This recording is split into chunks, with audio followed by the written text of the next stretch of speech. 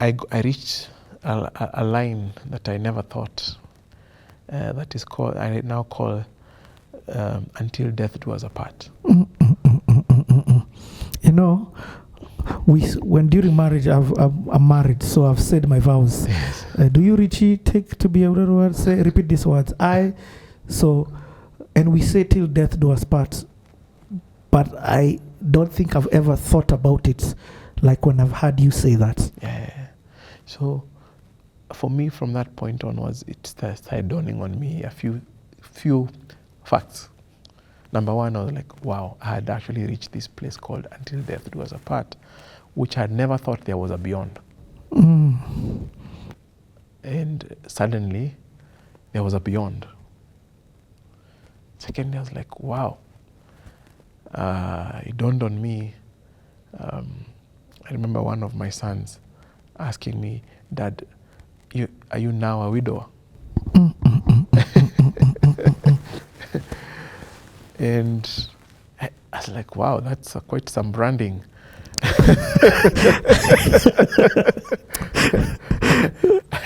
And I said, yeah. And my other son was saying, please don't call my dad a widower.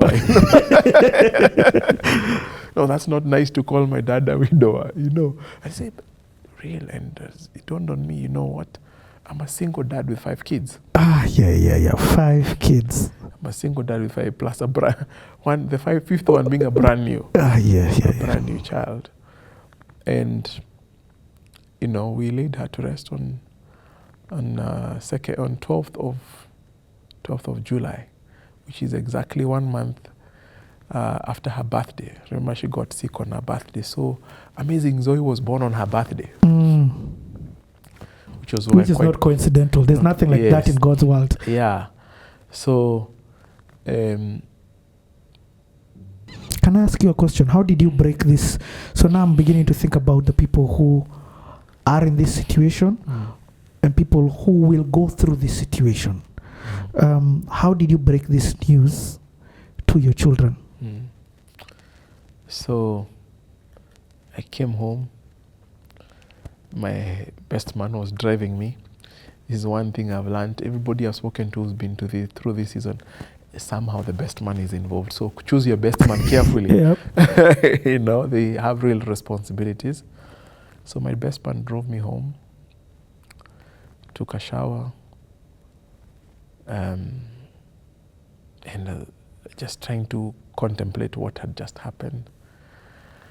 And I was faced with a big task of breaking the news to my children. My son, who was about to celebrate his birthday on 16th of July, had asked me at the end of June, will Mom be here on my birthday? And I said, given what I've seen, she will be here on your birthday. I said that both also on my faith. Yes. So now I have to tell him that the mother will not be here on his birthday, and it is a permanent situation. Yeah. So I called them to a bedroom, and all of them, and I told them, guys, you know what? Today, Mom's heart stopped. And they asked me, what does that mean? I said, it means that Mom is no longer living, as in she's gone to heaven, and she will not come back home again. Yeah. And I remember my son, starting my firstborn, and he just did like this on the bed and just threw himself on the bed and started crying. My second-born son, the same thing, and he started crying. And I also started crying. We were all crying. My third-born son was kind of not crying, but he was distracting himself with a toy or something. How old is your third-born son? 6.5. He understood everything. Now when I talk to him, he understood everything. And from there, questions started. My second-born son was like,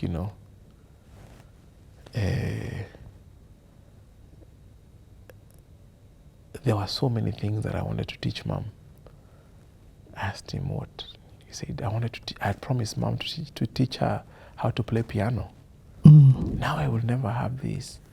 You know, I mean, mom will never kiss me again. You know, questions after questions were coming, you know. And my firstborn son, Emmanuel, was like, you know, Dad, I mean, I only had 9 years with my mom. I didn't even see my 10th birthday with my mom. I mean, I'm so sad.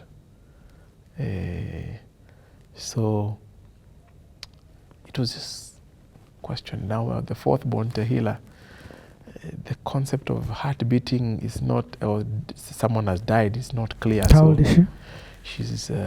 She's gonna be 3 this month. Yeah.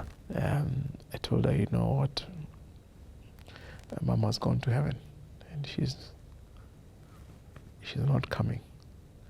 Her understanding was going to heaven is that, you know, is a place you visit. You know? But we've gone through a process, so there was a lot of weeping, crying, talking. I moved all of them to our bedroom so that we could grieve together. It was very clear everybody was grieving, and I made it very intentional that I was not going to grieve in private. I was going to grieve openly to them because I needed them to also grieve and not hide it. So you've cried in front of them? Oh, yeah. Okay. Oh, yes. And from there, I mean, planning for the funeral. It's just a very brutal world that you lose somebody and you immediately have to start planning for their burial. I mean, it's just too much work for someone who has taken such a hit.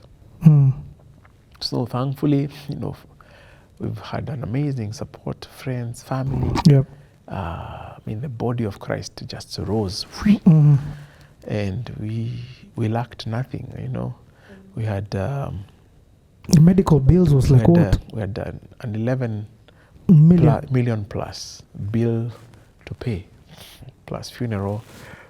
Our medical insurance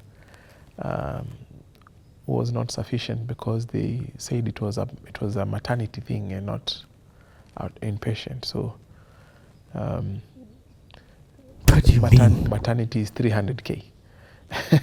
Like that, first of all, that makes sense to me. Yeah, I mean, and Pius, I know you to do your due diligence before getting any medical cover. I mean, you're here, so this is not the time to do those things. Yes. We are where we are. And fighting with an insurance company, first of all, is not one of my fights. This is not the time to do. You don't even have that energy. I don't have the energy. Friends and family and colleagues, they did their best. They topped up a little bit. It got to about $1 million, but we had to find the rest of the money from somewhere, and it needed to be done within 10 days. So we had 10 days to raise 11 million plus, and some of my friends were very burdened that they needed, this situation should not leave as a family worse off. So they asked for my permission. Can they start a fundraising? And I said, you know what, it's okay.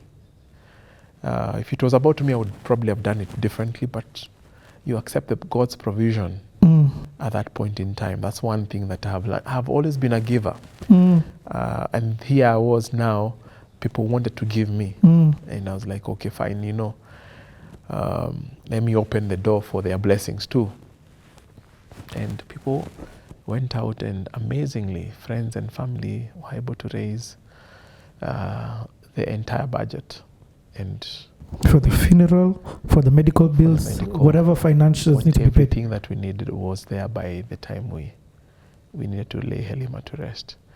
And for me, I was like, you know what, we'll give Helima the best farewell that I can give. And we another thing, for me, as we were mourning, I just felt this thing of funeral songs is not my thing. And it was not befitting the person that we were sending off. And I said, I made a special request, please, I want us to praise in this season and not to dampen people's spirit with funeral songs. So we never did the funeral songs. Yep. There was a lot of praise. I was so happy. My brothers, my sisters, they were all dancing on the day of the funeral. Even though we were weeping, we were also dancing. And we were not doing this for anyone. We were just saying, God, we thank you. We bring praise back to you, even here. And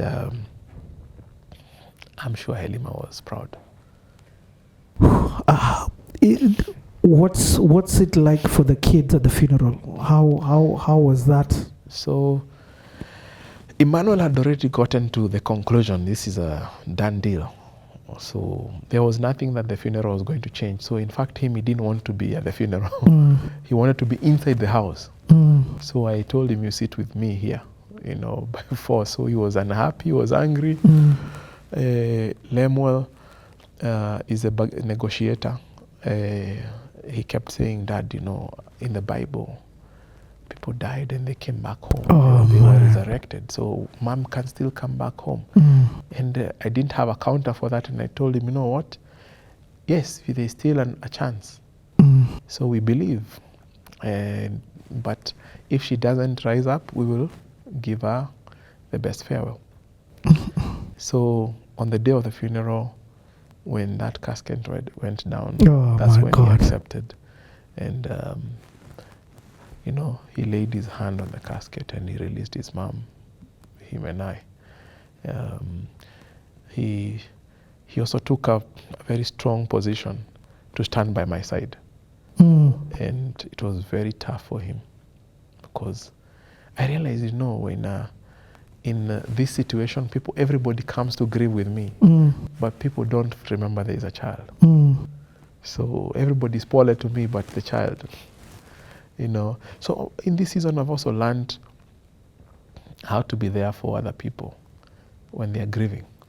Because people grieve differently. Even your two sons, they were grieving very differently. What about you?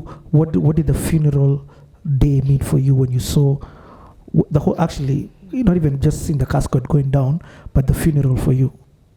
For me, I only had two things.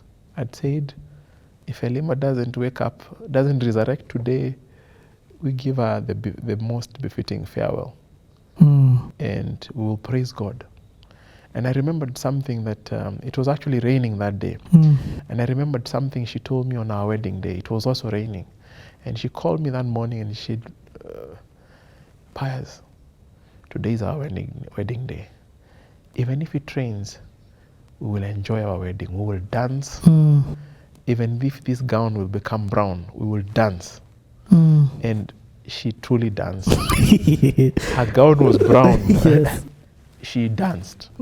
So the same thing on the day of the funeral, it was the same. We'll do what honors God, and not what we feel. So for us, we return the glory back to God. And that, for me, was like, wow, is the end of 12 years. Very wonderful 12 years of my life. The most amazing human being I had ever met. And I mean every word of it. And I believe you with that. And just a little bit you've shared through this journey. Like you've stamped it. Can I ask, you're a planner, Pius. You're not a haphazard human being that I know. Had you and Helima had the conversation of death and what that would mean? No, death was not on the cards. It caught us by surprise. Okay. Yeah. Had you planned? And by this, I'm just talking about from a life insurance perspective. So actually, one of my learning points was when we think about death in marriage, we tend to think, as men, tend to think we're the ones who would leave our wives. Yes. And not our wives leave us. So I thought I was covered because I have a group life insurance. Yes. But I never thought a situation where my wife would leave me. I remember you. So for me, one of my learning points is men should take life insurance for their wives. Oh, man. It's also a possibility they can be left. Yeah. That was a big learning point for me. Okay. So the funeral ends. Have you even had time with baby Zoe? No. There's too much happening. There's extreme joy. You've got a baby, but there's extreme sadness. Yeah. So after the funeral, explain now the journey, because I've had a lot of people say this a lot of times. The true journey starts after the casket goes down. Yeah. Now yours is going down, but there's a new human being in the house who needed the primary caregiver for a child of that age mother. is the mother. So